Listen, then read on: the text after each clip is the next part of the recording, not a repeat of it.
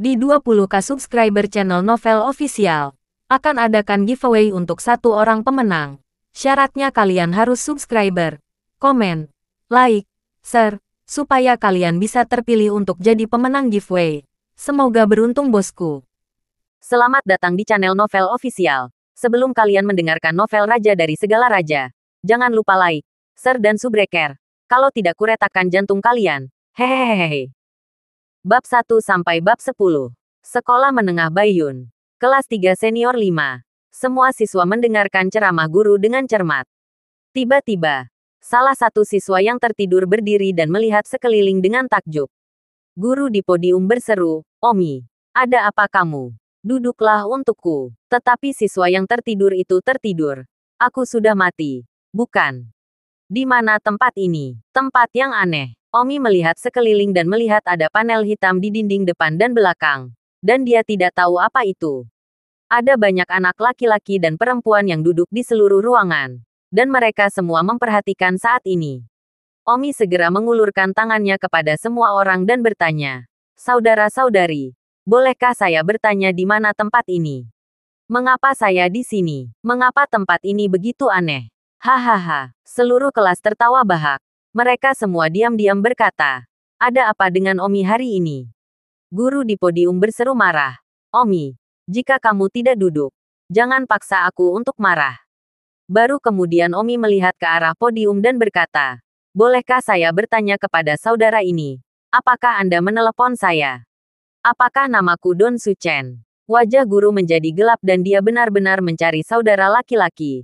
Apakah ini permainannya? Guru itu hendak marah. Tetapi teman satu meja Omi sibuk menariknya ke bawah. Guru itu memantulkan Omi dengan marah sebentar sebelum melanjutkan kuliahnya. Omi memandang teman satu mejanya dan tersenyum. "Saudara, kamu, ada apa kamu hari ini?" Carlos di meja yang sama sibuk bertanya. "Ban, apakah kamu mengenalku?" Carlos menyeka keringatnya. "Gila, Omi pasti gila. Omi, kelas sedang dalam sesi sekarang. Berhenti bicara omong kosong. Hati-hati dengan guru yang mengeluarkanmu dari kelas." "Kelas? Kenapa aku belum pernah mendengar tentang tempat ini di Jianghu?" Omi berkemah pelan. Carlos menggelengkan kepalanya tanpa berkata-kata. Mengabaikan Omi dan terus mendengarkan pelajaran. Pada saat itu, Omi menoleh dan menyinari wajahnya di kaca jendela. Terkejut, "Ini bukan aku. Siapa ini?" Omi terkejut melihat dirinya sendiri. Dia bahkan tidak terlihat sama. Omi sangat bodoh sehingga dia tidak bergerak selama 10 menit penuh. Omi merasa tidak percaya bahwa dia telah ditangkap oleh istri gurunya karena dia telah mengintip adiknya di kamar mandi dan secara tidak sengaja jatuh dari tebing 10.000 kaki saat melarikan diri. Omi hanya ingat bahwa dia akhirnya hanya punya waktu untuk berteriak, "Siapa sih yang membangun rumah begitu tinggi?" Setelah itu, Omi tidak tahu apa-apa lagi. Lalu bangun dan menemukan bahwa di tempat aneh ini, bahkan nama dan penampakannya telah berubah. Saat itulah kilatan cahaya muncul di benak Omi. Dan sebuah kata yang hampir mustahil muncul di benak, "Kelahiran kembali jiwa." Tidak mungkin. Kan, jangan bergerak selama 10 menit lagi. Tidak dapat menerima kejadian konyol seperti itu. Dering, bel berbunyi untuk akhir kelas. Semua orang berjalan keluar dari kelas. Omi tiba-tiba merasakan kebutuhan mendesak untuk buang air kecil dan sibuk bertanya kepada teman satu mejanya. "Wah, bolehkah saya bertanya di mana ruang cucinya?" Carlos menyeka keringat dinginnya lagi dan berkata, "Omi, hentikan. Oke. Kakak, aku benar-benar sedang terburu-buru." Carlos tanpa daya berkata, "Keluar dan belok kiri." Pada akhirnya, Omi sekelilingnya keluar dari kelas. Dan di ujung koridor, dia benar-benar mencium bau yang berasal dari ruang cuci. Dan langsung memastikan bahwa ini adalah ruang cuci. Sebuah ruangan jerami di dunia ini. Secara mengejutkan. "Ini benar-benar lebih maju," kata Omi di bawah napasnya. Omi tidak tahu apa itu toilet pria dan wanita. Dan berjalan langsung ke salah satu pintu. Pada saat ini, tidak ada seorang pun di toilet ini. Omi segera pergi untuk membuka ikat pinggang celananya. Hah? Ada apa dengan ikat pinggang? Omi sangat tidak mengerti tentang sabuk itu sehingga dia bahkan tidak bisa melepaskannya setelah setengah hari. Tiba-tiba, Omi menyentuh resleting, turun dan membukanya. Wow, jadi celana ini. Kamu bahkan tidak perlu melepaskan ikat pinggangmu untuk pergi ke ruang cuci. Ini benar-benar lebih maju, kata Omi sambil menghela nafas. Lalu berteriak-teriak untuk melepaskannya. Setelah menyebarkannya, Omi mengejutkannya dan tersenyum. Lumayan. Seperti elang. Tapi itu tidak membiarkanku terlahir kembali di tubuh ini tanpa bayaran. Ah, tiba-tiba. Ada teriakan. Dan Omi mendongak untuk melihat seorang wanita cantik menatapnya dengan tidak percaya. Ah, Omi juga terkejut. Kenapa kamar cuci tiba-tiba masuk ke seorang wanita cantik? Gadis cantik itu berteriak dan menutupi matanya dengan panik. Dia benar-benar tercengang saat ini. Omi memasuki toilet wanita meskipun itu baik-baik saja. Tetapi dia sebenarnya tidak kencing di toilet jongkok. Tepat di pintu masuk. Kencing di dinding. Dan garis urin kuning mengalir di lantai saat ini. Kencing di dinding itu baik-baik saja. Tapi dia benar-benar bermain dengan benda itu sendiri di sana. Bajingan. Kecantikan itu tersipu. Mengutuk dan melarikan diri. Dia sangat menyesal datang ke toilet ini dan mencemari matanya. Bagaimana mungkin ada orang mesum seperti itu? Gadis. Pemuda ini tidak bermaksud menghujat. Kuharap kamu akan memaafkanku. Omi segera menyusulnya. Kenapa kamu masih mengikuti? Nona, tolong jangan salah paham. Saya adalah pria yang berkarakter moral yang baik dan saya tidak malu melakukan hal-hal yang mempermalukan wanita. Jika Anda ingin menyalahkan diri sendiri, mengapa Anda tidak mengetuk pintu sebelum memasuki toilet? Kamulah yang masuk tanpa izin dan menyebabkan kesalahpahaman. Semuanya tidak ada infrastruktur dengan pemuda ini. Omi benar-benar licik dan mendorongnya dengan bersih sekaligus. Hati gadis cantik itu yang marah. Cabul ini. Apa yang dia katakan? Krepe. Dan dalam sekejap mata mengalihkan tanggung jawab dengan bersih. Apakah kamu sakit? Aku akan pergi ke kamar wanita. Apa yang aku ketuk? Gadis cantik itu meraung marah. Kalau begitu jangan salahkan aku. Cobalah mencari tahu siapa yang tidak mengetuk sebelum memasuki pintu. Jika kamu masuk akal, kamulah yang memanfaatkan tubuhku untuk dilihat. Jangan berkata dengan nakal. Kamu tidak tahu malu. Jahat. Wanita cantik itu pergi dengan kutukan dalam kemarahan. Omi menyimpulkan. Apakah semua orang di dunia ini begitu tidak masuk akal? Saya adalah orang yang menempati toilet terlebih dahulu. Menerobos masuk tanpa mengetuk pintu sendiri. Dan menyalahkan orang lain. Pada saat ini, seorang anak laki-laki yang tampak seperti tarikan melewati pintu. Dan sekaligus melihat kecantikan yang marah itu seolah-olah dia telah dianiaya oleh sesuatu. Kecantikan ini disebut Liona. Adalah wanita batin bosnya. Pada saat ini, melihat saudara iparnya seolah-olah dia diintimidasi. Dia sangat marah. Kakak ipar, siapa yang bicaramu? Bocah trolling itu sibuk bertanya. Liona sudah sangat marah. Dan mendengar seorang siswa Pang menyebut dirinya saudara ipar. Dan menjadi lebih marah sambil meraung. Siapa kakak iparmu? Hei, kakak ipar. Siapa sih yang mengutarakanmu? Sih. Katakan padaku. Aku akan merawatnya. Bukankah aku, anak ini? Siswa yang menarik satu menunjuk ke arah Omi. Liona berpikir dalam hati. Meskipun kakak laki-laki mereka menyebalkan, dia tidak menyebalkan seperti orang mesum ini yang berlari ke kamar wanita. Cabul ini tidak dapat dijelaskan dengan kata-kata. Tingkat kekejian melampaui bos mereka berkali-kali. Dalam hatinya, Liona berkata, bagus, biarkan siswa kikuk ini memberi pelajaran. Atau orang mesum ini akan menjadi gangguan bagi banyak gadis di masa depan. Liona menghela napas. Itu dia. Dia berlari ke kamar wanita.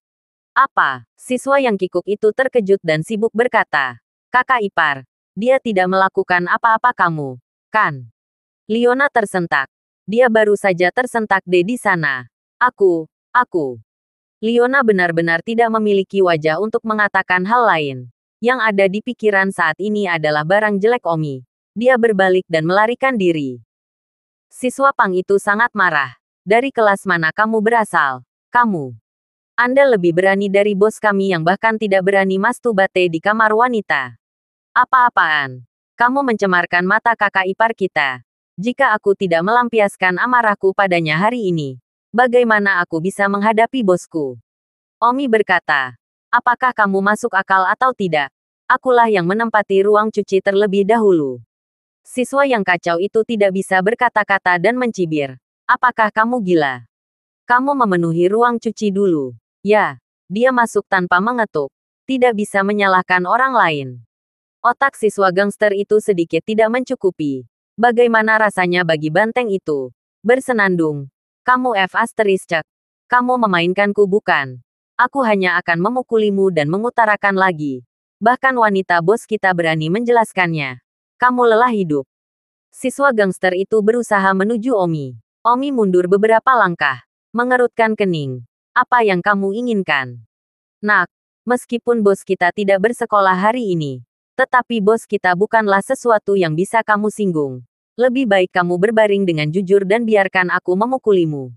Omi memancarkan. Sama baiknya kamu tidak masuk akal. Tapi kamu masih ingin memukuliku.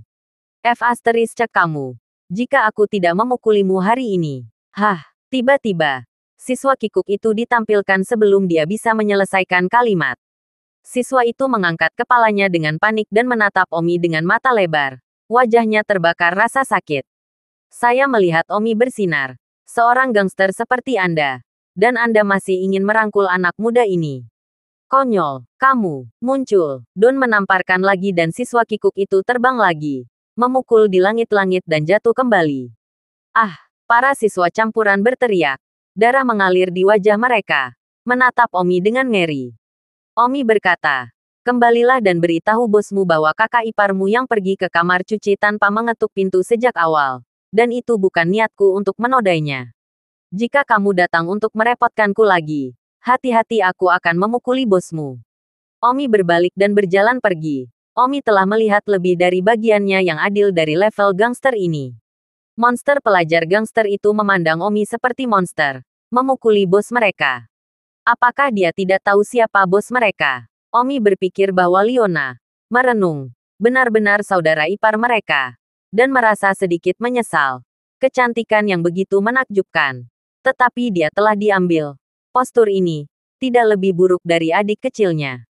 Memikirkan adik perempuan itu. Omi tiba-tiba merasa ingin kembali ke dunianya. Dunia ini sangat tidak masuk akal. Sama sekali tidak berarti. Atau kembali mengintip adik perempuan itu mandi dengan dingin.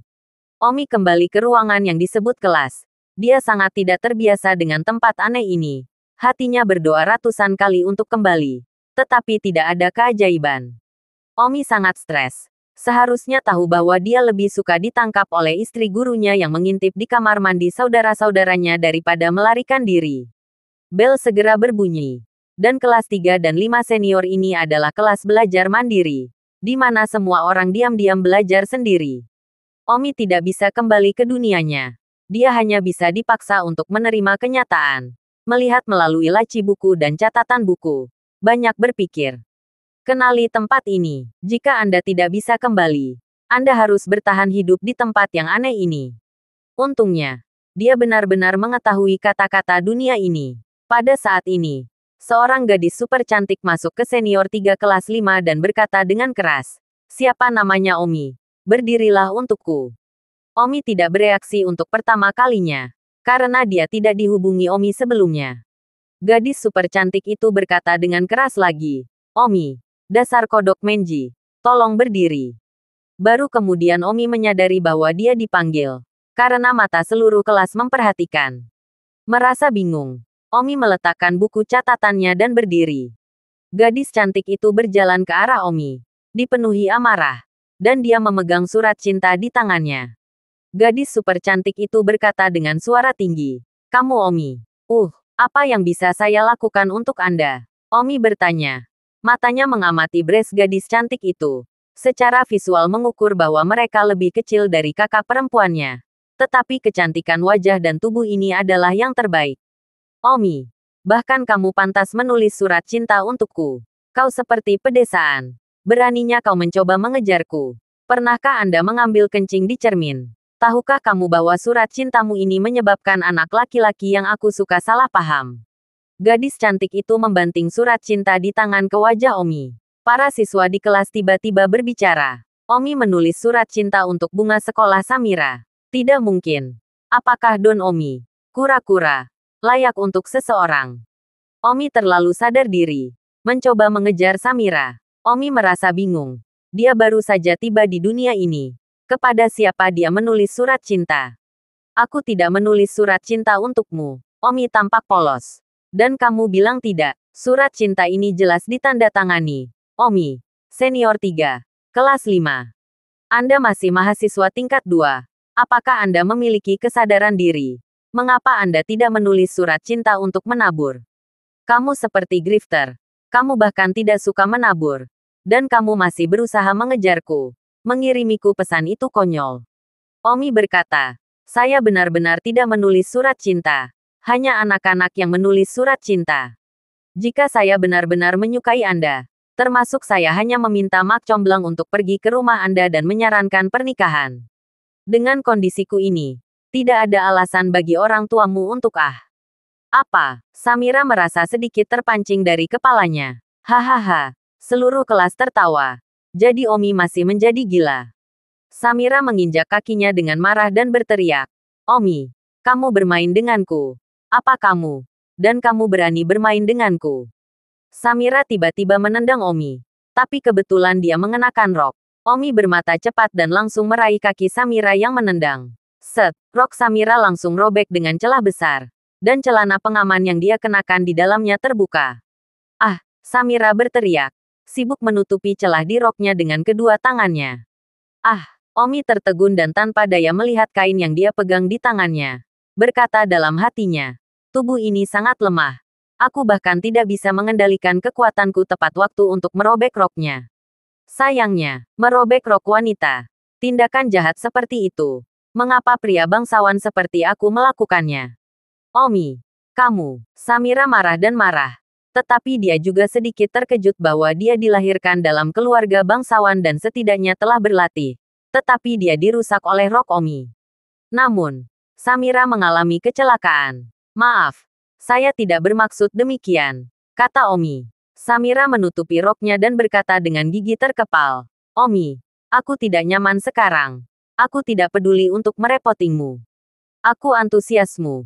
Jangan menyukaiku lagi. Kamu tidak pantas mendapatkannya. Selain itu, aku tidak takut untuk memberitahu Anda bahwa orang yang aku suka adalah Edward dari sekolah. Dan aku berinisiatif untuk mengejarnya. Aku khawatir tidak ada seorang pun di sekolah kami yang tidak mengenal Edward. Jadi tolong miliki diri dan jangan hidup aku lagi. Begitu siswa kelas 5 mendengar nama Edward, mereka sensasional. Wow, Edward. Idolaku. Hanya pria kuat seperti Edward yang pantas memiliki gadis cantik itu. Omi adalah bagian dari kotoran jika dibandingkan dengan Edward. Omi mendengar reaksi teman-teman sekelasnya dan terkejut orang seperti apa Edward ini memiliki begitu banyak saudara yang memujinya.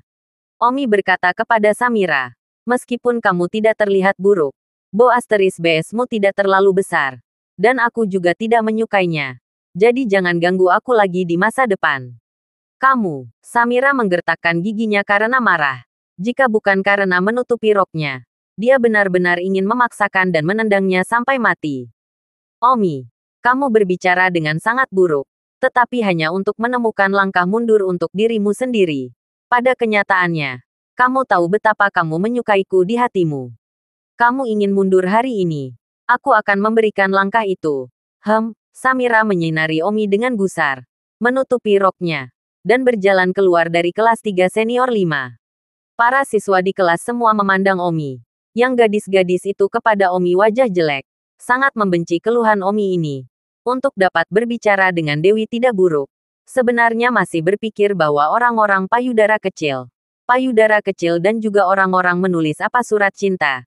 Jelas tidak bisa makan anggur mengatakan anggur asam. Malu pada Anda, Neropati. Anak laki-laki di kelas. Tetapi juga Omi sebagai orang bodoh, sangat dibenci. Seorang anak laki-laki di barisan depan tertawa kembali. Omi, kamu seekor banteng. Kamu berani mengejar Samira. Salah satu dari 4 bunga sekolah besar yang terkenal, berani menjadi saingan Edward. Aku mengagumimu. Omi segera mendengar bahwa bocah di barisan depan ini mengatakan kekaguman di lingkungannya. Tetapi nadanya dipenuhi dengan vulgar dan penghinaan. Namun, Omi tidak repot-repot berkenalan dengan orang tingkat rendah seperti ini dan sekitarnya. Pada saat ini, teman satu meja Omi berkata, Omi, surat cinta itu memang ditulis olehmu. Pada kenyataannya, kamu mungkin juga mengakuinya dengan murah hati. Atau setidaknya terus terang, mengapa repot-repot berdebat? Kamu telah membuat semua teman sekelasmu, serta Samira, semakin meremehkanmu. Ah, Omi tertegun. Dan memangnya dia telah menulisnya. Jadi, tubuh yang sekarang dia tempati ini sebelumnya dikendalikan oleh orang lain. Dan surat cinta itu ditulis oleh orang lain. Bagaimana dengan orang yang sebelumnya menduduki tubuh ini? Apakah dia mati tiba-tiba? Oh, ya. Omi tersenyum dan bertanya. Ngomong-ngomong, siapa Edward? Melihat reaksimu, sepertinya kalian adalah pria yang hebat. Tidak mungkin. Kamu bahkan tidak tahu tentang Edward. Kamu bercanda. Aku benar-benar tidak tahu. Carlos di meja yang sama memandang Omi dengan aneh. Mengapa dia begitu tidak normal hari ini? Di kelas 1. Omi semuanya masih normal dan masih mendiskusikan apa yang akan terjadi setelah Samira menerima surat cinta. Tapi di pelajaran kedua, Omi terbangun setelah tertidur dan menjadi gila. Carlos berkata, alasan mengapa Edward disembah oleh semua orang, itu karena dia bisa melakukan seni bela diri. Apa? Itu karena dia bisa melakukan seni bela diri. Omi sangat tidak mengerti. Di dunianya, setiap anak penggembala yang diternakan yang ditangkap akan dapat melakukan seni bela diri. Carlos menatap Omi dengan kosong dan berkata, sulit untuk mengetahui seni bela diri. Bukankah itu cukup? Seni bela diri adalah sesuatu yang dimainkan orang kaya, atau hanya mereka yang cukup beruntung untuk mengetahuinya. Tetapi orang biasa tidak. Mereka yang tahu seni bela diri dapat memblokir 10 dengan 1. Dan semua siswa iri. Omi melihat ke meja yang sama tanpa berkata-kata. Carlos melanjutkan. Edward tidak hanya tahu seni bela diri. Dia berada di peringkat 18 dalam seni bela diri di sekolah menengah Baiyun. Dan memiliki reputasi besar di sekolah menengah Baiyun. Disembah oleh banyak guru dan siswa. Dia adalah pangeran yang menawan di mata gadis-gadis itu. Jadi Samira juga berinisiatif untuk mengejarnya. Omi tersenyum pahit dan berkata dalam hati. Dunia ini. Dunia yang aneh. Seni bela diri. Saya tahu itu ketika saya berusia 3 tahun. Saat itu tengah hari ketika sekolah selesai.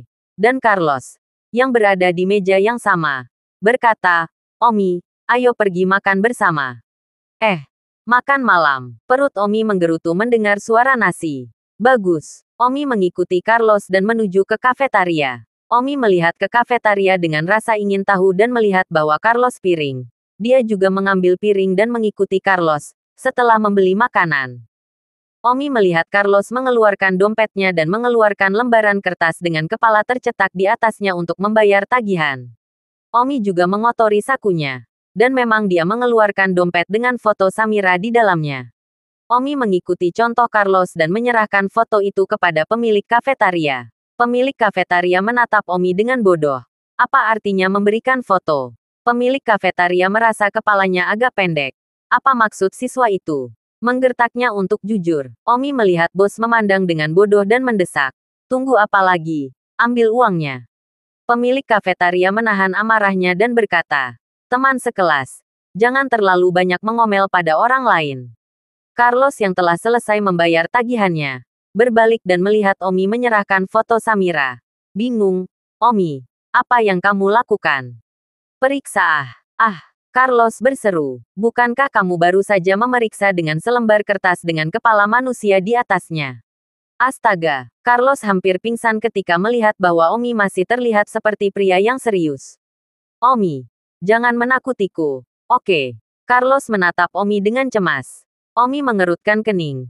Ketika Carlos sibuk membayar makanan Omi. Baiklah. Aku akan mentraktirmu. Oh, terima kasih. Aku akan mentraktirmu lain kali. Omi mengikuti Carlos ke kursi kosong di kafetaria dan duduk. Carlos melihat bagaimana Omi makan. Tapi itu tidak seperti dia tidak normal. Pada saat ini, Carlos teringat sebuah berita di internet. Di suatu tempat seorang pria yang mengendarai BMW seri 7.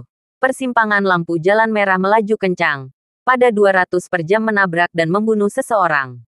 Baru setelah itu dia mengetahui bahwa pengemudi BMW menderita gangguan psikotik transien akut. Carlos tiba-tiba menatap Omi dengan matanya yang tertidur. Saat Carlos makan, dia dengan hati-hati berbicara dengan Omi. Tepat pada saat ini, Ada kegemparan di kafetaria. Dan semua orang mendongak untuk melihat seorang wanita cantik berjalan di pintu masuk kafetaria. Jadi tidak heran jika itu menyebabkan kegemparan. Omi juga melihatnya dan berseru, "Sangat cantik." Carlos berkata, "Namanya Simran. Dia adalah salah satu dari 4 bunga sekolah di sekolah kami. Nama yang sama dengan Samira." "Wow, bunga sekolah. Tidak heran dia sangat cantik." Omi berkata sambil menghela napas. "Ada begitu banyak keindahan di dunia ini." Carlos tertawa. "Ketika Anda menulis surat cinta Anda kepada Samira, saya menyarankan agar Anda juga menulisnya kepada Simran. Karena Simran berasal dari dasar strata sosial. Bunga sekolah biasa. Jelas lebih mudah untuk dikejar daripada Samira. Anda tidak mendengarkan saya. Dan Anda bahkan mengatakan kepada saya bahwa Anda lebih tampan. Jadi mungkin Samira tidak peduli dengan status Anda karena ketampanan Anda. Begitu kamu. Keluarga Samira sangat kaya. Kamu bisa mengikuti untuk makan dan minum makanan pedas." "Apa?" Omi memandang Carlos dengan tidak percaya dan berkeringat. Kata-kata yang tidak tahu malu seperti itu. Apakah benar-benar aku yang mengatakan itu? Omong kosong. Sekarang kamu tahu hasilnya. Meskipun kamu cukup cantik. Tapi sayangnya, seorang gadis kaya seperti Samira, yang juga tahu seni bela diri, tidak mungkin menyukaimu. Tentu saja. Bahkan jika Anda mengejar Simran, Anda tidak akan berhasil. Meskipun keluarga Simran miskin, tetapi dia memiliki prestasi akademis yang sangat baik. Salah satu dari 4 bunga sekolah. Ada banyak anak laki-laki yang mengejarnya. Dan kamu tidak akan bisa menandinginya." Omi tertawa. "Jangan katakan itu. Aku malu untuk mengutarakannya." Carlos berkata, "Sebenarnya, saya sudah memberi tahu Anda bahwa kami, para Grippers, seharusnya tidak ingin makan daging angsa. Tetapi Anda memihaknya. Anda hanya sedikit lebih tampan daripada rata-rata anak laki-laki. Tetapi Anda belum mencapai tingkat rumput sekolah mendukung kematian juga tingkat rumput kelas. Selain itu, dunia ini, tampan tidak berguna. Hanya berguna untuk memiliki uang dan kekuatan. Dan seni bela diri." Haha, Omi tersenyum. Uang dan potensi yang tidak dia ketahui. Tetapi seni bela diri.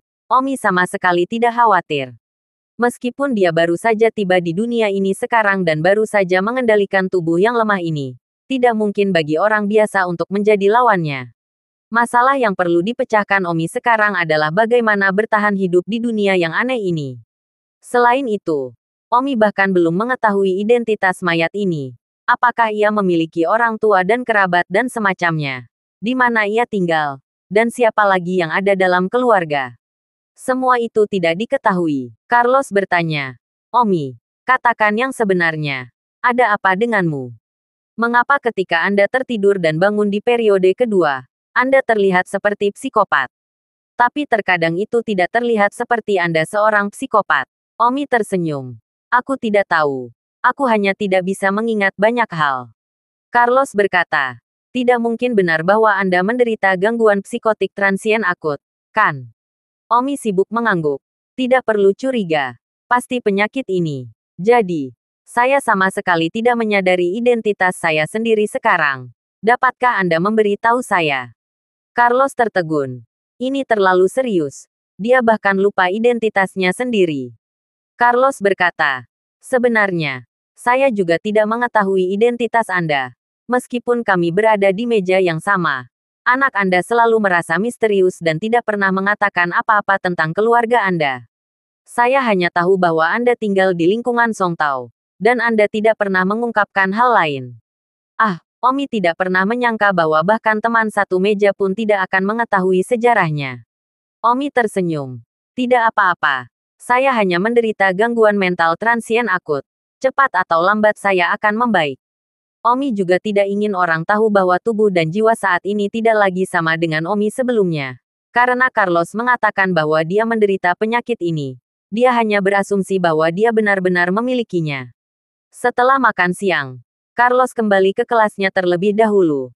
Omi berjalan di sekitar sekolah sendirian. Dia bahkan belum mengenal dunia dengan benar.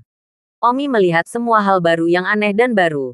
Terutama kotak besar itu. Omi melihat sekelilingnya tanpa henti. Tidak dapat memahami mengapa kotak itu, setelah orang-orang duduk di atasnya, Bisa bergerak. Apakah itu hewan yang unik di dunia ini? Setelah mengitari seluruh kampus dan seterusnya, Omi menghela napas dalam-dalam. Ini dunia yang memang lebih maju. Baru kemudian Omi kembali ke ruangan yang disebut ruang kelas.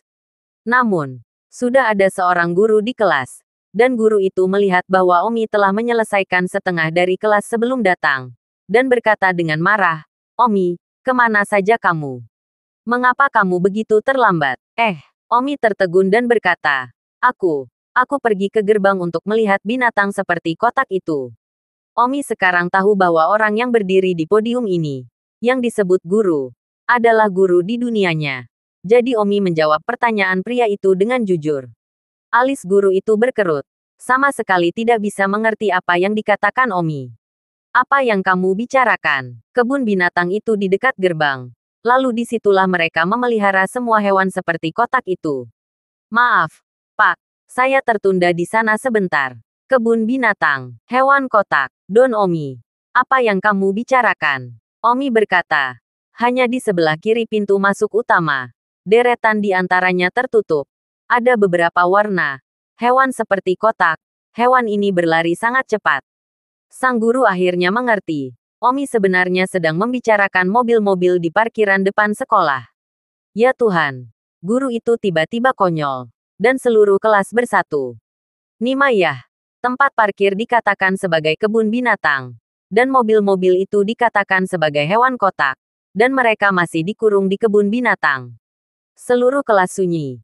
Dan semua orang menatap bodoh pada Omi. Yang menjadi gila di pagi hari. Tetapi tidak berpikir dia masih gila di sore hari.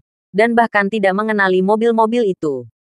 Guru tidak tahu lagi harus mengatakan apa dan memberi isyarat. "Masuk." "Terima kasih, Pak." Omi berjalan kembali ke tempat duduknya. Omi masih cukup menghormati Tuan Teach. Di dunianya, Tuan Teach memiliki status tinggi karena dia bisa mengajar semua orang untuk membaca dan menulis. Dan mereka yang melek huruf dihormati oleh semua orang. Di beberapa desa kecil, tidak banyak orang yang melek huruf dan berbudaya di seluruh desa. Setelah Omi duduk, Carlos berbisik. "Yang itu disebut mobil." "Oh, mobil. Mobil hewan ini. Itu berjalan terlalu cepat.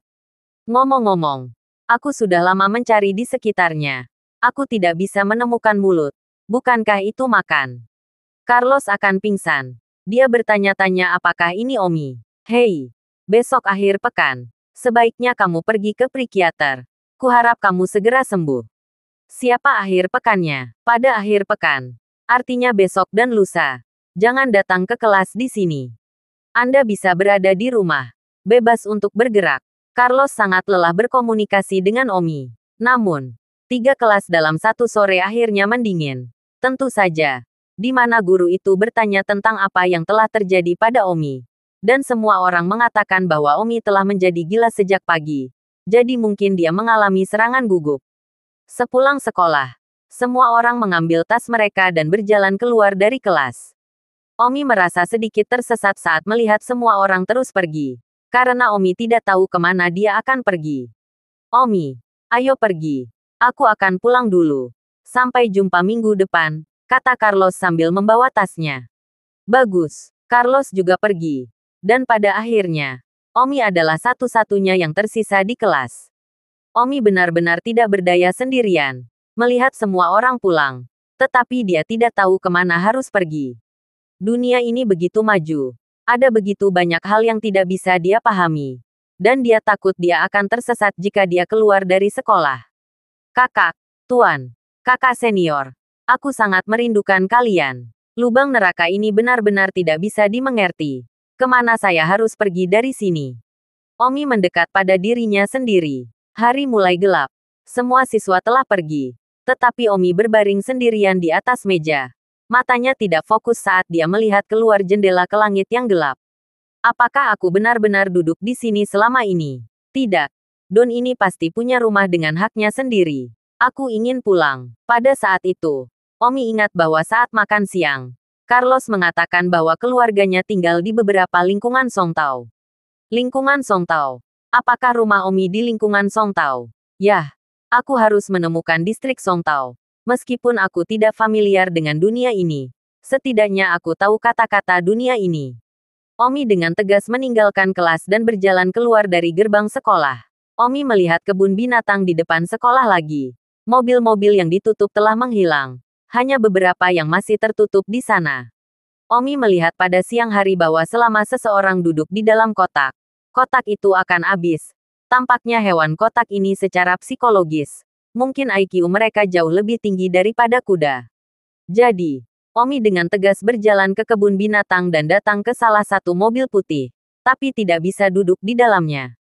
Sederhananya, Don Omi meniup gelas dengan satu pukulan dan melompat ke dalam. Wow, bangku ini sangat nyaman untuk duduk. Hewan ini benar-benar lebih maju. Omi tersenyum. Kemudian, seperti orang-orang yang dia lihat di siang hari, Omi duduk di dalamnya dan meletakkan tangannya di atas lingkaran sekeliling itu, yang seharusnya menyerupai sebuah lingkaran. Omi berkata ke mobil, "Mobil, pergi ke lingkungan Songtao, mengemudi." Omi melihat mobil itu tidak bergerak, dan berteriak beberapa kali lagi, "Drive, drive." Dan pada saat ini, tidak jauh dari pintu masuk sekolah, 4 anak laki-laki sedang merokok. Dan tiba-tiba, salah satu dari mereka mendengar alarm serak mobil, berbalik, melihat ke arah tempat parkir, dan berteriak, "Oh sial, Porsche Anda hancur. Tuhan, siapa yang begitu berani untuk mencuri mobil Anda? Apakah dia ingin mati?" 3 lainnya sibuk melihat ke belakang. Semuanya bodoh. Di sini, sebenarnya ada seseorang yang berani menyentuh mobil saudara Ro. Keempat orang ini, salah satunya adalah salah satu dari 5 anak paling kejam di White Cloud High School, Roger, yang dikenal sebagai Brother Ro. Dia mampu menjadi salah satu dari 5 anak muda yang paling kejam karena dia pandai seni bela diri dan punya uang untuk mengurus sekelompok siswa gangster. Jadi dia menjadi salah satu dari 5 anak paling kejam dan mengamuk di sekitar sekolah. Ketika Roger melihat bahwa Porsche-nya hancur, dia bodoh. Siapapun yang berani menyentuh mobilnya akan dikalahkan olehnya. Tetapi sekarang hancur. Setelah bereaksi, Roger mengamuk. "Sial. Beraninya kamu mencuri mobilku tepat di bawah hidungku. Pergi.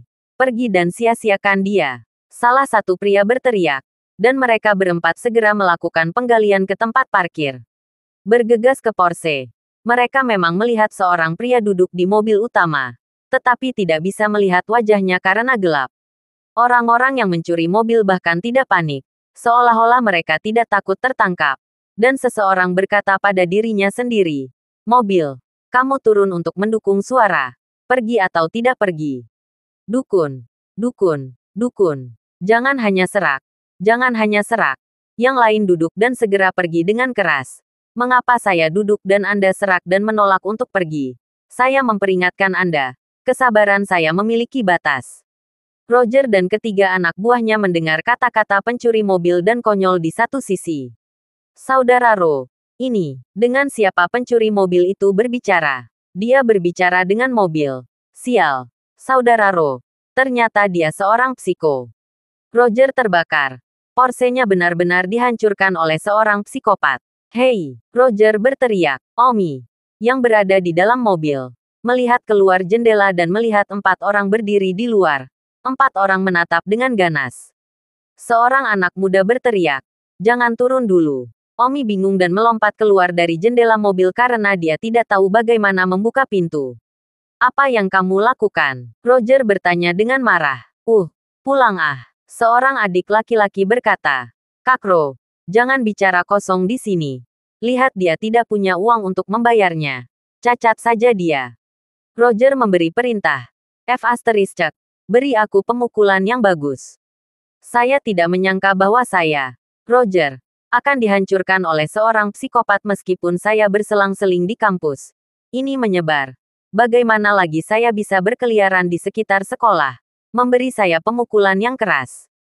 "Iya, Saudara Ro." Adik ketiga laki-laki itu segera mengepung Omi dengan senyuman hehehe. Omi melihat 3 hooligan yang mengelilinginya, kerutan dan berkata, "Apa yang kalian lakukan? Nak, apakah kamu tahu mobil siapa yang kamu penasaran? Mengapa kamu bahkan bertanya?" Omi berkata, "Ketika Anda pergi keluar dan menyelamatkan orang-orang di sungai, semua orang akan menghadapi beberapa kesulitan. Tetapi saya hanya ingin meminjamnya. Dan saya akan membawanya kembali setelah akhir pekan berakhir. Bawa kembali. Apa yang kamu katakan? Yang ketiga itu saling memandang. Omi memandang ketiga hooligan itu. Dengan rambut berwarna-warni, bentuk aneh, dan anting-anting besar di telinga mereka. Sekilas mereka tidak terlihat seperti orang baik. Dan bersenandung, saya juga tidak berpikir Anda orang yang serius. Mungkin Anda hanya sekelompok hooligan yang mengunjungi rumah. Hanya karena kalian mengatakan mobil ini milikmu. Apakah itu milikmu? Salah satu adik laki-laki itu depresi. Sial. Mengapa kita berbicara begitu banyak dengan psiko? Berkelahi. Jadi, adik laki-laki ini adalah yang pertama melakukan konstruksi. Dua lainnya tidak jauh di belakang. Waktu untuk tampil di depan saudara Ro telah tiba. Adik laki-laki yang melakukan lebih dulu. Menghancurkan pukulan ke wajah Omi. Wajah Omi dingin. Jadi dunia ini, seperti dunianya, penuh dengan sampah Jianghu. Dan penjahat seperti itu. Omi dengan mudah meraih tinju yang menghancurkannya. Tangan Omi terpelintir. Dan dengan suara retak, adik laki-laki itu langsung menjerit. Lengannya langsung terpelintir. Dan dia kesakitan. Omi menendang. Dan adik laki-laki yang lengannya dipelintir ini terbang 8 atau 9 meter. Dua adik laki-laki lainnya juga kebetulan kecelakaan. Dan Omi meraih mereka dengan tangan kiri dan tempatnya menjambak rambut mereka yang berwarna-warni. Bang! Omi meraih kepala mereka dan dengan kejam bentrok dengan mereka bersama-sama. Dan mereka terjatuh ke tanah sambil berteriak. Roger memandang Omi dengan heran. Tidak menyangka psikopat ini telah berlatih. Alis pedang Roger terangkat dan menatap ketiga adik laki-lakinya. Itu sangat memakan waktu hitungan detik. Sepertinya dia hanya bisa melakukannya sendiri. Aku akan membiarkanmu menonton Wild Crane Fistku. Roger menggigit giginya dan menerkam Omi. Wild Crane into action. Roger langsung menyandarkan leher Omi. Omi seteguk. Seni bela diri ini terlalu buruk. Di dunianya, saya kira setiap anak pengembangbiakan babi acak bisa memasak kedua. Muncul. Omi bahkan tidak melihat. Kakinya ditendang. Pantat Roger goyah dan patah. Dan dengan tendangan santai, seluruh tubuh Roger jatuh ke tanah, memakan seteguk debu. Ah, saudara Ro bahkan bukan lawan. Adik ketiga laki-laki itu terkejut. Keterampilan seni bela diri Brother Ro setidaknya berada di 20 teratas di sekolah. Roger membanting gigi dan membalik dengan tegak. Tetapi dia dipukul oleh psikopat dengan sangat parah sehingga dia terbakar. Roger membuat langkah lain. Wild Crane Double Claws. Yang bahkan lebih ganas daripada gerakan baru yang saja dia lakukan. Omi menggenggam pergelangan tangan Roger sekaligus. Cakar ganda Wild Crane. Seperti ayam jantan yang dikejar oleh anjing gila. Memainkan cakarnya sembarangan. Roger merasa pergelangan tangannya dijepit oleh wakil besi. Roger berkeringat dingin. Omi melemparkan Roger ke atas. Dan Roger berputar 3 atau 4 kali di udara sebelum akhirnya jatuh dengan keras. Ah! Roger menjerit. Omi berjalan. Roger panik dan berteriak. Kasihan. Kasihan. Orang baik. Ketiga adik laki-laki itu memandang bos mereka dengan tidak percaya. Ya Tuhan. Saudara Ro berteriak minta ampun. Apakah ini masih saudara Ro yang menjalankan kampus? Omi terkekeh dan menghela nafas. Aku tidak menyangka bahwa di dunia ini, kucing berkaki 3 seperti itu bahkan akan berani keluar dan menjadi hooligan Yupi. Sayangnya, Omi ingat bahwa di dunianya, ada banyak hooligan. Tetapi bahkan hooligan terlemah lebih kuat dari mereka dengan jumlah yang tidak diketahui. Orang baik, kasihanilah. Aku tidak berani. Wow. Roger menangis saat dia memohon belas kasihan. Dia tidak lagi memiliki momentum dari 5 penjahat besar. Jika dia tidak memohon belas kasihan, berhati-hatilah karena disia-siakan olehnya. Adik ketiga laki-laki itu juga sudah mematahkan saraf mereka. Dan juga berlutut dengan panik. Sambil berteriak orang baik selamatkan hidup mereka. Omi melihat bahwa keempat Yupis telah meminta belas kasihan. Dan tidak repot-repot bergaul dengan orang tingkat rendah seperti itu. Omi berteriak. Keluar. Ya. Mereka berempat segera bangkit dan bertengkar. Porse tidak peduli. Namun, yang keempat tidak sepenuhnya berkembang. Dan setelah berlari beberapa puluh meter, mereka bersembunyi di semak-semak. Kakro. Orang macam apa psiko ini? Seni bela diri ini terlalu tinggi. Jantung Roger berdebar-debar. Apa-apaan ini? Aku tidak menyangka psiko ini menjadi ahli yang hebat. Roger menyeka segenggam darah dari wajahnya. Tangannya masih gemetar. Beberapa anak laki-laki itu juga berdebar-debar. Mata mereka menatap tempat parkir. Mereka melihat psikopat itu berdiri di depan-depan Porsche, yang masih memancarkan alarm serak. Omi menjadi sedikit marah dan berkata dengan marah, "Kamu binatang buas. Apakah kamu akan pergi atau tidak? Jika kamu terus serak, aku akan menyia-nyiakanmu." Dukun, dukun, dukun. Wajah Omi dingin dan dia berkata dengan marah, "Bajingan. Karena kamu sangat buta. Kamu bisa masuk neraka."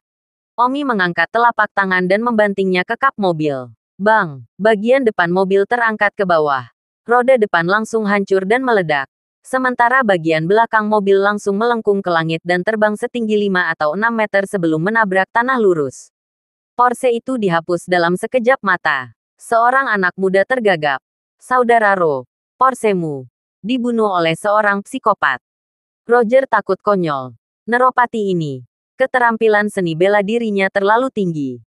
Penjaga keamanan mendengar suara itu dan memaksa keluar. Sementara Omi sudah menghilang. Omi sedang berjalan menyusuri jalan sendirian, tanpa tujuan. Beberapa puluh meter di belakang Omi, sebuah Mercedes-Benz diam-diam melacak Omi. Grur. Pada saat ini, perut Omi bergemuruh keras. Omi menelan ludahnya dan melihat ke sebuah kios besar di pinggir jalan, tempat beberapa orang sedang makan. Omi menjilat bibirnya, lalu berjalan ke warung besar. Omi duduk di meja kosong dan berteriak, "Simran!" Orang-orang di meja sebelah semuanya menatap Omi. Omi melihat bahwa tidak ada Simran yang datang untuk menyambutnya. Dan berteriak lagi, "Simran!"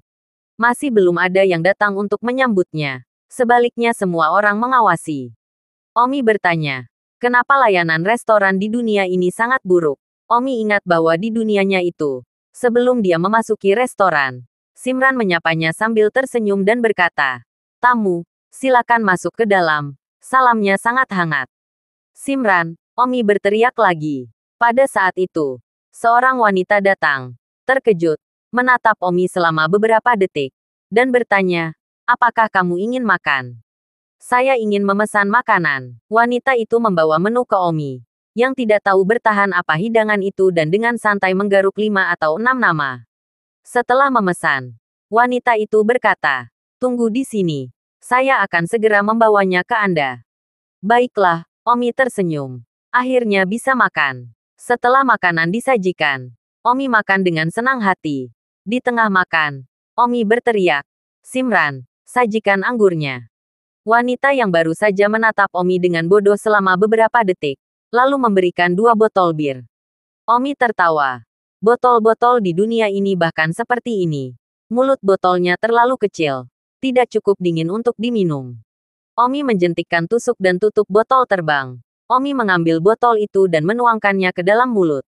Aduh sial, Omi hanya meminumnya dan meludahkannya. "Simran, anggur macam apa kamu?" "Seperti air. Lebih buruk dari air. Buka toko hitam kamu. Beri aku uang kembalian." Wanita itu membawakan sorghum kepada Omi. Omi menelannya. Tertawa, ini keren. Omi tiba-tiba teringat hari-hari ketika dia biasa minum dan makan daging dengan kakak-kakaknya dalam tegukan besar sementara kakak menelepon menari dengan pedangnya untuk membantu kesenangan. Hari-hari itu tanpa henti berkesan. Dan sekarang dia sendirian di dunia yang aneh ini. Tidak pernah kembali. Dia tiba-tiba merasa sedikit sedih. Omi tidak bisa melupakan kerabatnya, terutama kakak perempuannya, yang baru berusia 17 tahun. 1 tahun lebih muda darinya. Tetapi dia sudah menjadi kecantikan paling terkenal di dunia. Omi menduga bahwa setiap kali dia mengintip adiknya di kamar mandi, dia benar-benar tahu, tetapi dia berpura-pura tidak tahu. Sekarang dia tidak pernah bisa kembali. Kakak perempuan seniornya tidak lagi bisa memenuhi syarat dengan dia. Kecantikan nomor 1 di dunia. Atau bahkan jika dia tahu dia mengintip di kamar mandi. Itu semua kabur. Di dunianya, dia hanya orang mati. Omi menelan sorghum. Dan dia sudah meneteskan air mata di sudut matanya. Setelah botol selesai dalam sekejap mata, Omi berteriak, "Simran, datang lagi." Wanita itu memandang Omi dengan takjub. Melirik sorghum. Kurang dari 1 menit untuk mengisinya. Wanita itu membawa botol lain. Dan Omi berteriak, "Tidak cukup." 5 botol lagi. Wanita itu tidak mengatakan apa-apa dan membawa 4 botol lagi. Omi merasakan sakit di hatinya dan menenggelamkan kesedihannya melalui anggur. Setelah 5 botol selesai, Omi tidak meminta lebih banyak. Meskipun dengan kapasitas minumnya, dia masih bisa minum lebih banyak. Simran, bayar tagihannya. Kali ini wanita itu tahu dia dipanggil dan segera datang. Wanita itu berkata, total 235. Omi tidak yakin berapa banyak 235 itu, dan mengeluarkan dompetnya. Omi melihat foto kakak kelas Zuo. Dan kali ini Omi tahu bahwa check out tidak diperbolehkan. Jadi, Omi mencari potongan kertas lain. Tapi sayangnya, hanya ada 1 lembar kertas yang tersisa kecuali foto itu. Omi menyerahkan selembar kertas itu kepada wanita itu. Wanita itu terkejut. Apa maksud Omi dengan memberi 5 yuan? Junior, berapa banyak perubahan yang tersisa? Jangan bertanya. Dia hanya memiliki yang tersisa untuk disimpan dan dibelanjakan. Wajah wanita itu segera menjadi gelap. Dan dia mengeluarkan 5 dolar dan menginginkan uang kembalian. Tidak cukup. Wanita itu berteriak. Menyala. Itu tidak cukup. Don Omi tertawa sedikit canggung. Anda menghabiskan 235. Anda memberi saya 5 dolar. Dan Anda ingin uang kembalian. Oh, jadi apa sekarang? Ini semua yang aku miliki, kata Omi. Pada saat itu, beberapa pria lain dari dapur muncul. Dan wanita itu berkata, dia ingin makan makanan pengganggu. Mengetahui bahwa dia hanya memiliki 5 dolar untuknya. Tetapi dia makan lebih dari 200. Seorang pria kekar berkata dengan marah, "Nak, kamu tidak ingin memberontak jika kamu berani makan makanan tiran di tempatku." Omi tertawa. Kesalahpahaman. Aku benar-benar tidak ingin makan makanan tirani. Wanita itu berkata, "Panggil polisi." Pria lain segera menelepon polisi. Kantor polisi ada di sana dan datang dalam beberapa menit. Seorang pria dan seorang wanita datang. Dan wanita itu adalah kapten. Omi mengamati polisi wanita itu dan menemukan bahwa itu adalah wanita cantik dengan tubuh super panas. Omi mau tidak mau menelan air liurnya. Omi sudah tahu bahwa memanggil polisi berarti melapor ke pihak yang berwenang. Dan setelah pemilik kios melapor ke pihak yang berwenang, Omi tidak melawan. Dia bukan. Jadi dia menunggu di warung untuk polisi datang. Saya hanya tidak menyangka bahwa dunia ini seperti ini. Dan ada seorang wanita cantik sebagai polisi. Polisi cantik itu bertanya dengan keras, siapa yang berani makan makanan pengganggu? Omi sibuk berkata, Yang mulia, ini saya. Saya sedang makan makanan pengganggu. Polisi wanita cantik itu sangat marah, mengakuinya dengan sangat tajam. Ini tidak menempatkan polisi di matanya. Polisi wanita yang berapi-api itu berjalan ke arah Omi dan berkata dengan marah, kamulah yang makan makanan hegemonik. Ya. Tuanku, polisi wanita yang berapi-api itu mengerutkan kening. Omi berkata, tapi, tuanku, saya tidak benar-benar ingin makan makanan pengganggu. Saya hanya tidak punya cukup uang untuk makanan. Wanita dari kios besar itu berkata dengan marah, petugas, jangan mendengarkan sofismenya. Dia makan dan minum lebih dari 200. Tetapi dia membawa 5 dolar kepada saya di kasir. Jika ini tidak mencoba makan makanan raja, beraninya dia begitu sombong. Bahkan jika dia mengambil 5 dolar untukku, dia masih berani memberi tauku tentang perubahan itu. Petugas cantik itu memandang Omi dan berteriak, keluarkan kartu identitasmu. Apa itu kartu identitas? Belum pernah melihatnya, kata Don Omi. Apa? Seret begitu seret, polisi wanita yang berapi-api marah. Sama sekali tidak menaruhnya di matanya. Menyuruhnya untuk mengambil KTP, benar-benar mengatakan KTP apa sesuatu. Polisi sebagai tempat pembuangan monyet. Polisi wanita yang berapi-api marah buruk. Tendangan tiba-tiba menimbulkan pang kecil semacam ini. Polisi wanita yang berapi-api tidak pernah sopan. Namun, paha Omi sedikit miring. Ledakan api polisi wanita menendang udara. Hampir terbelah. Polisi wanita yang menyampaikan api semakin marah. Namun juga sedikit terkejut karena Omi mampu menghindari tendangannya. Pemilik kios besar itu sibuk berkata, petugas, lihat, ini, dia bahkan berani mempermainkan kalian. Omi benar-benar tidak tahu apa itu kartu identitas. Polisi wanita yang berapi-api itu meminta polisi laki-laki itu untuk menggeledah tubuh Omi dan menemukan dompetnya. Tetapi tidak ada ide di dompet. Hanya foto. Polisi wanita yang berapi-api itu memerintahkan. Bawa dia ke dalam mobil dan bawa dia kembali. Ya, Kapten, Omi dibawa ke mobil polisi oleh polisi laki-laki dan tidak melawan. Petugas polisi yang cantik itu bertanya kepada pemilik kios. Berapa banyak yang dia makan? Aku akan membayarnya di depan. $235. Petugas cantik itu membayar dan masuk ke mobil polisi. Omi duduk di belakang mobil dan menatap tanpa berkedip pada petugas pria yang mengendarai mobil. Omi bertanya, "Petugas, apa yang diperlukan untuk membuat mobil patuh?" Omi berhenti memanggil orang dewasa dan sebaliknya memanggil petugas polisi mereka. Karena pemilik kios besar baru saja memanggil petugas polisi mereka juga.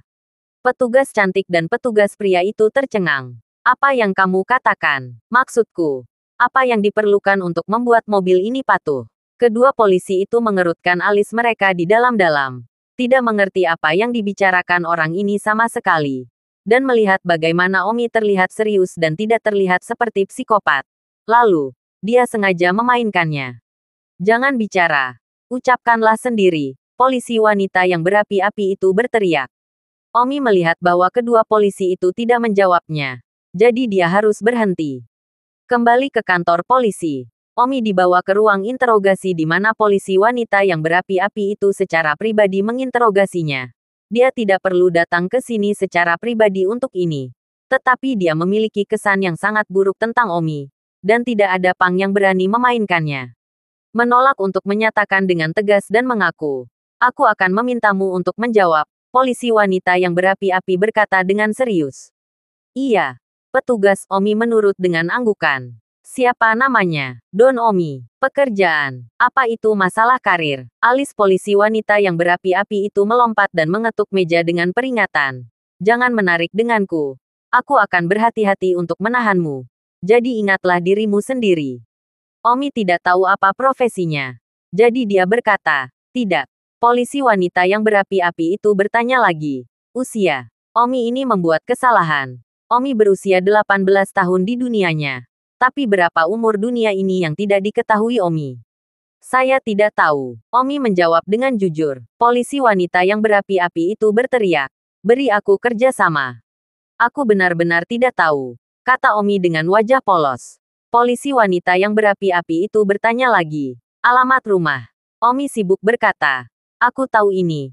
Lingkungan Songtao. Jadilah spesifik. Bangunan mana? Beberapa nol. Saya tidak tahu. Polisi wanita yang berapi-api itu membanting meja dan berteriak. Omi, jika kamu tidak bekerja sama, jangan salahkan aku karena ucapan kasar. Aku benar-benar tidak tahu. Polisi wanita yang berapi-api itu memperhatikan dengan marah. Tetapi Omi tidak terintimidasi oleh matanya dan tersenyum hehehe. Petugas, kamu sangat tampan. Kamu pasti polisi cantik nomor 1 di Jianghu yang terkenal. Omi menunjukkan serangkaian senyum yang mempesona. Polisi wanita yang berapi-api itu tanpa ekspresi. Siapa lagi yang ada dalam keluarga? Saya tidak tahu. Ada kebiasaan buruk, seperti minum obat dan semacamnya. Omi bertanya. Apakah itu kebiasaan buruk jika kamu suka mengintip adikmu di kamar mandi? Bang, polisi wanita yang berapi-api itu menamparkan meja dan berkata dengan marah. Omi, apakah kamu masih bermain denganku? Tidak. Kamu berkata pada dirimu sendiri bahwa kamu jujur dan lembut. Dan kamu masih belum puas bahwa aku telah mengakui sesuatu yang begitu pribadi. Kamu, polisi wanita yang berapi-api itu melemparkan pena ke tangan. Kepala Omi menjentikkan. Omi berkata pada dirinya sendiri. Polisi cantik ini. Dia sangat pemarah. Seperti payudaranya. Meledak. Kamu baik-baik saja. Aku akan melihat berapa lama kamu bisa berbicara keras. Aku akan menahanmu sampai kamu mau bekerja sama secara sukarela. Polisi wanita yang berapi-api itu berjalan keluar dari ruang interogasi dan diperintahkan kepada seorang petugas pria, menahannya. Ya, Omi tidak melawan dan dibawa ke ruang tahanan di kantor polisi. Omi melihat ke bar. Dan begitulah cara dia tahu dia dikurung. Sial.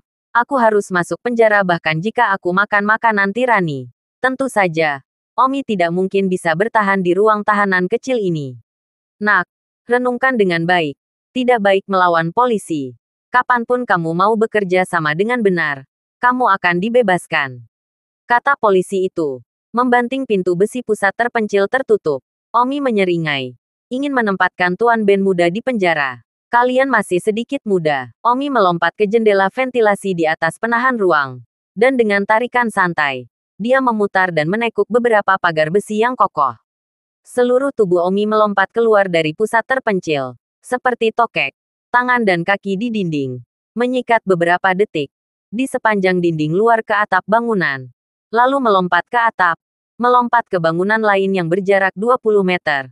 Lalu melompat lagi, dan melompat ke atap gedung besar berikutnya. Jadi melompat beberapa kali. Omi menghilang ke dalam malam, hanyut. Dan pada saat ini, di kantor polisi, seorang petugas polisi berkata, kami menemukan gadis di foto di dompet anak itu. Gadis itu bernama Samira, putri kota Linjiang, ketua perusahaan 1000 kecantikan, Sangguan Salt, yang merupakan senior di sekolah menengah Baiyun. Polisi wanita yang berapi-api itu bertanya, dapatkah kita menghubunginya? Bisa, hubungi dia segera. Oke, pada saat ini, di sebuah villa dari manor tertentu, Samira baru saja selesai makan dan sedang duduk di gazebo untuk menelepon. Hei, Hao, apa yang kamu lakukan? Samira menelepon Edward. Samira, kataku, biarkan aku tenang selama beberapa hari. Oke. Pihak lain tidak sabar. Aigo. Kenapa kamu belum percaya padaku? Apakah aku orang jahat sehingga dalam pikiranmu aku hanya orang acak yang berselingkuh dengan pria tampan? Potong. Telepon pihak lain menutup telepon. Samira menginjakkan kakinya dengan marah dan berkata di bawah napasnya. Apa yang kamu berani menutup teleponku? Pada saat ini, seorang pria parubaya datang dan bertanya sambil tersenyum. Bagaimana perkembangannya? Tidak bagus. Samira menghembuskan napas dan berkata bahwa pria parubaya ini adalah ayah Samira, yang disebut Garam Sangguan. Aku telah menganiayamu. Seperti yang Anda ketahui, kami dikirim oleh keluarga kami untuk membuat bisnis di kota Linjiang ini. Ada banyak persaingan komersial di sini. Tidak dapat dihindari untuk menyinggung beberapa musuh kulit hitam dan putih. Semakin banyak orang yang kuat untuk melayani kami, tentu saja semakin baik. Edward berada di peringkat 18 dalam seni bela diri di Baiyun High School. Cukup potensial. Jika Anda dapat menggunakan kecantikan Anda untuk membuat Edward dengan bersedia menandatangani kontrak penjualan atau sesuatu, itu akan sempurna. Apa? Anda belum mendapatkannya? Apa yang terjadi dengan kecantikanmu dan sejarah keluarga kami? Hal ini seharusnya mudah dilakukan. Jangan sebutkan itu. Buat aku kesal. Ada apa? Halaman ini. Seorang Omi menulis surat cinta kepada saya dengan konten yang sangat eksplisit, yang dilihat oleh Edward. Edward melangkah lebih jauh dengan berpikir bahwa saya berselingkuh dengan Omi. Dan tidak peduli bagaimana saya menjelaskannya. Itu tidak berguna. Sangguan Salt bertanya, apakah itu Omi sangat kuat dalam seni bela diri? Sekolahmu belum pernah mendengar tentang kejeniusan ini. Tidak bisa melakukan seni bela diri sama sekali. Pikir Omi. Dia tampan. Apakah aku akan peduli dengan yang lain karena dia tampan? Betapa naifnya. Samira berkata dengan mencibir di wajahnya. Lalu memamerkannya. Edward itu selalu lebih rendah dari penampilannya. Betapa gilanya. Menampilkan yang jelek bukanlah urusanku. Pikir Nona Ben benar-benar menyukainya. Kota Linjiang kecil ini belum mendapatkan pria yang diminati wanita ini. Sangguan Salt berkata. Apakah Anda ingin saya menemukan seseorang untuk memperbaiki Omi itu? Mungkinkah tidak tahu terima kasih itu? Seekor kodok ingin makan daging angsa, dan tidak melihat levelnya. Samira berkata, lupakan saja. Itu sudah terjadi. Apa yang memperbaiki perbaikan? Slinger kelas bawah. Itu bukan masalah besar di tempat pertama. Kesalahannya adalah dia memang terlihat agak tampan. Edward juga. Kecemburuan adalah apa yang membuatnya begitu. Baiklah. Aku akan mandi. Jangan khawatir. Aku akan memikat Edward dan kemudian membuatnya menandatangani kontrak penjualan dengan perusahaan kami. Haha. Ayah memiliki kepercayaan padamu. Samira baru saja berjalan ke dalam ruangan ketika teleponnya berdering. Halo. Samira mengambilnya. Halo. Ini Kapten Detektif dari kantor polisi utama. Saya telah menangkap seorang tersangka di sini. Kami menemukan foto Anda di dompetnya. Dapatkah saya memiliki waktu beberapa menit untuk membantu kami dalam penyelidikan kami? Dia punya fotoku di dompetnya. Siapa namanya? Apakah kamu kenal pria ini? Don Omi. Apa, Omi? Itu sebenarnya dia. Samira terkejut. Kamu mengenalnya? Samira terengah-engah. Kenali dia. Dia seorang siswa dari sekolah menengah Baiyun. Di 3 kelas 5 senior. Dia baru saja mengirimiku surat cinta di pagi hari.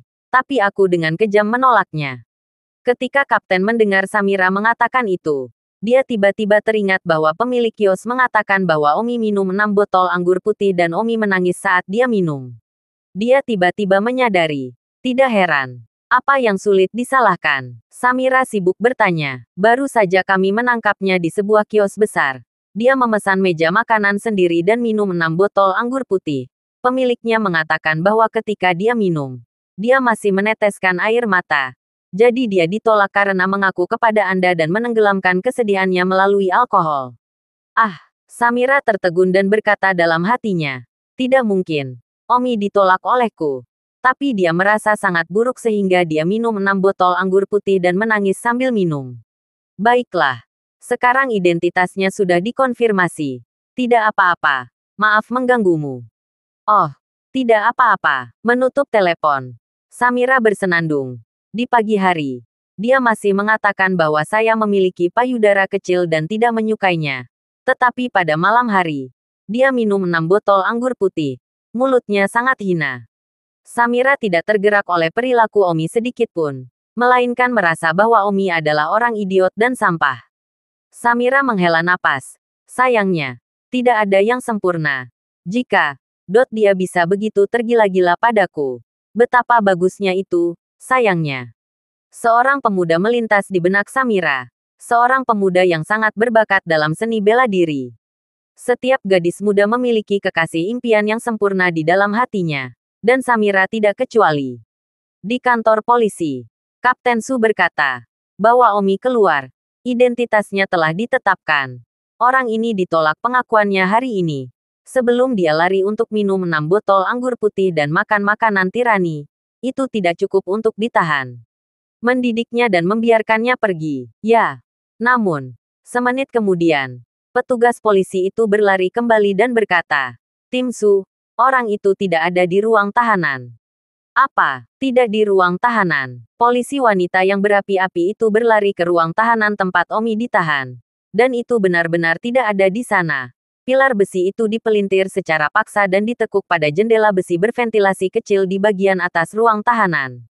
Seorang petugas polisi berkata, Tim Su, kekuatan anak ini terlalu besar. Polisi wanita yang berapi-api itu melihat pilar besi yang bengkok dan juga terkejut. Sepertinya bocah ini juga telah berlatih. Tidak heran dia bisa menghindari tendangannya selama kios besar. Saya awalnya ingin mendidiknya dan kemudian membebaskannya. Tetapi dia bahkan tidak menempatkan Biro Keamanan Umum di matanya seperti itu. Jadi jangan salahkan saya karena ucapannya kasar. Tim Su, apa yang kamu inginkan? Saya ingin menangkapnya. Anak ini sangat melanggar hukum.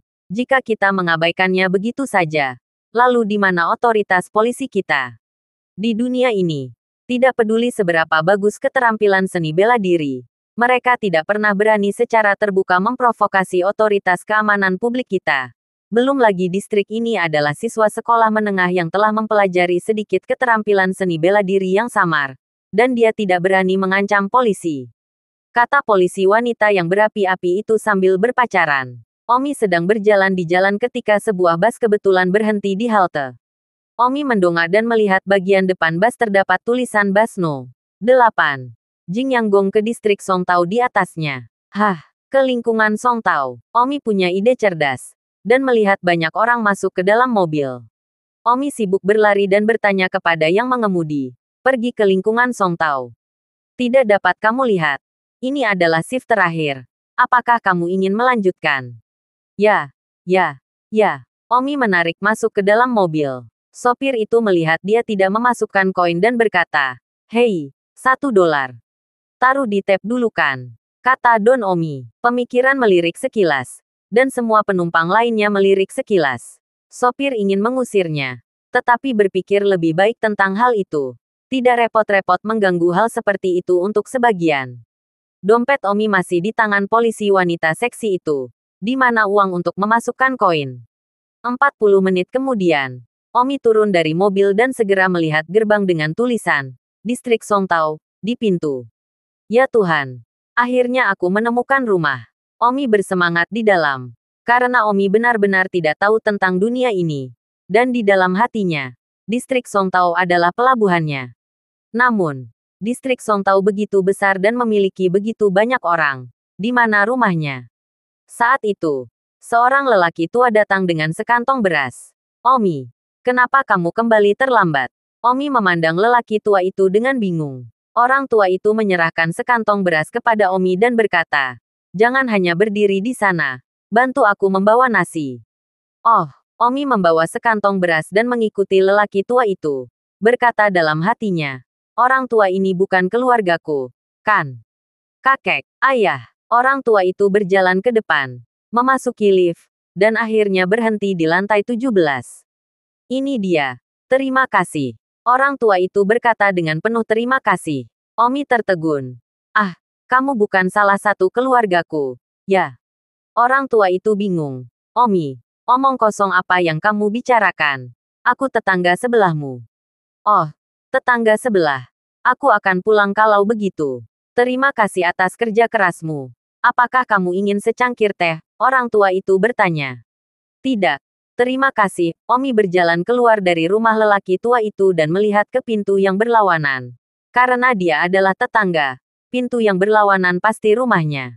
Omi mengeluarkan kunci dan memutarnya beberapa kali. Dan itu membuka pintu keamanan. Ketika dia membuka pintu keamanan dan melihat rumah di dalam, Omi sangat bersemangat. Itu bukan perjalanan yang mudah kembali. Rumah itu gelap dan tidak ada lampu yang menyala. Omi mencoba memanggil, "Ayah, Ibu, anakku sudah kembali." Tidak ada yang menjawab. Aneh. Apa tidak ada orang di sini? Omi menggaruk kepalanya. Omi menutup pintu rumahnya dan berdiri di dekat ambang jendela ruang tamu. Menatap sebuah gedung tinggi dan meratap. Rumah-rumah di dunia ini benar-benar lebih maju ketika ditumpuk seperti kotak. Tepat pada saat ini, suara kunci yang membuka pintu datang dari luar. Omi terkejut. Apakah keluargaku akan kembali? Jangan mengetuknya. Sedikit gugup. Pintu terbuka dan seorang pria dan seorang wanita masuk. Pria itu berkata, "Pecundang itu. Dia masih belum kembali terlambat ini." Wanita itu berkata, "Apapun yang dia lakukan, dia sebaiknya mati di luar dan tidak pernah kembali. Hanya apa yang kuinginkan. Dalam hal ini rumah menjadi milik kita juga." Pria itu tersedak. Pada saat itu, wanita itu menyalakan lampu di ruang tamu. Dan tiba-tiba melihat Omi berdiri di ruang tamu. Mengawasi mereka seperti hantu. Wanita itu mengutuk. "Omi, kamu mencari kematian. Kamu kembali tanpa menyalakan lampu. Kamu ingin menakut-nakuti ibuku sampai mati." Omi memandang pria dan wanita di depannya dengan bingung. Pria itu berusia sekitar 35 tahun dan wanita itu berusia sekitar 30-30 tahun. Dan wanita itu juga penuh dengan napas rubah dan tidak terlihat buruk. Omi berani menyimpulkan bahwa pria dan wanita itu sama sekali bukan orang tua. Siapa mereka? Pria itu berteriak pada Omi. "Tunggu apa lagi? Jangan masak makan malam dulu." Melihat ketidakpedulian Omi, dia berkata dengan marah, "Yoho, kamu masih belum mendengarkan. Untuk memasak." Dengar itu, Omi tidak mengatakan apa-apa dan menatap kosong pada pria itu. Ketika pria itu melihat bahwa Omi masih acuh tak acuh, dia menamparkan wajah Omi. Alis Omi mencicit. Berani memukulnya dan meraih tangannya dalam sekejap. Bang! Omi memutar. Dan tubuh pria itu berputar beberapa kali dan jatuh ke meja kopi. Menghancurkannya. Wanita lain itu terkejut dan menatap Omi dengan tidak percaya. Lalu berlutut dan berkata dengan ketakutan. "Tuan Muda mengampuni hidup Anda. Tuan Muda mengampuni hidup Anda." Pria itu bereaksi dan juga memohon belas kasihan. "Tuan Muda selamatkan hidupmu. Itu semua karena aku bingung." Omi memandang pria dan wanita itu. Tubuh mereka gemetar saat mereka berlutut di hadapannya dan memohon belas kasihan. Omi bingung. Status aku apa sih? Keduanya tiba-tiba begitu ganas. Dan tiba-tiba mereka memanggilku Tuan Muda dan menyelamatkan hidup. Wanita itu bertanya dengan suara kecil. Tuan muda, bukankah Anda memiliki bakat untuk berlatih kungfu? Omi berkata, aku bisa menghancurkanmu dengan satu jari. Dan kamu bilang aku tidak punya bakat. Katakan, siapa kalian berdua? Hah, mereka berdua tercengang. Tuan muda, ada apa denganmu? Apakah kamu tidak mengenal kami? Omi berkata, saya mengalami kecelakaan dalam latihan hari ini. Saya sangat bingung sekarang, saya bahkan tidak dapat mengingat siapa saya. Ah, mereka berdua terkejut. Jangan bicaralah dengan cepat. Siapa aku dan siapa kamu? Omi memerintahkan dengan keras. Tidak peduli apa yang akan mereka curigai sekarang. Wanita itu berkata dengan setengah hati. Tuan muda, nama saya Jin. Nama John. Kami berdua adalah pelayan Anda. Kalian berdua pelayanku. Ya, Tuan muda. Anda benar-benar tidak ingat. Jika kamu adalah hamba-hambaku, lalu mengapa kamu begitu sombong? Termasuk putra seorang yang baru saja berani memukulku. Omi menunjuk pria bernama John. John dengan menundukkan kepalanya. Kami, wanita bernama Jin juga gugup dan tidak tahu harus berkata apa. Omi berkata, baiklah, kita akan menangani masalah ini nanti. Cepat katakan, siapa aku? John berkata, Tuan muda, nama Anda Omi. Anda awalnya adalah tuan muda dari cucu keluarga Tang. Karena Anda tidak memiliki bakat untuk berlatih seni bela diri, Anda diintimidasi oleh keluarga. Sekitar 2 tahun yang lalu, Anda dijebak oleh beberapa tuan muda keluarga lainnya. Dan kepala keluarga mengusir Anda keluar dari keluarga dengan marah, meninggalkan Anda untuk berjuang sendiri. Dan kami, yang ternyata adalah pelayan orang tuamu, dipercayakan oleh orang tuamu untuk mengikutimu keluar dari keluarga Tang dan menjagamu. Tiba-tiba sadar pada Omi bahwa Omi dunia ini bukan dari keluarga biasa. Tuan muda keluarga Tang seperti apa? Tetapi sayangnya dia diusir dari keluarga. Dan dia tidak tahu apa yang telah dilakukan Omi yang asli dengan sangat buruk sehingga dia akan diusir dari keluarga. Omi bertanya, tingkat keberadaan apa keluarga Tang? Cincin kecil itu berkata, saya tidak tahu tingkat keberadaan apa. Namun, keluarga Tang memiliki beberapa kelompok besar. Dan bisnis keluarga Tang terlibat dalam berbagai bisnis. Apa dengan e-commerce, obat-obatan, manufaktur, dan sebagainya. Singkatnya, keluarga Tang sangat kaya. Omi bertanya lagi, hal-hal serius apa yang telah saya lakukan yang akan mendorong saya keluar dari keluarga? John berkata, karena kamu mengintip persaudaraanmu di kamar mandi. Apa? Alis Omi mengernyit. Kenapa dia mengintip bak mandi lagi? Nima. Itu karena dia mengintip pemandian adiknya sehingga jiwa terlahir kembali ke dunia ini. Aku tidak menyangka bahwa Omi dunia ini juga mengintip mandi orang lain dan diusir dari keluarga. Omi benar-benar tidak bisa berkata-kata. Omi berkata, ini hanya mengintip di kamar mandi. Tidak seperti diusir dari keluarga, kan?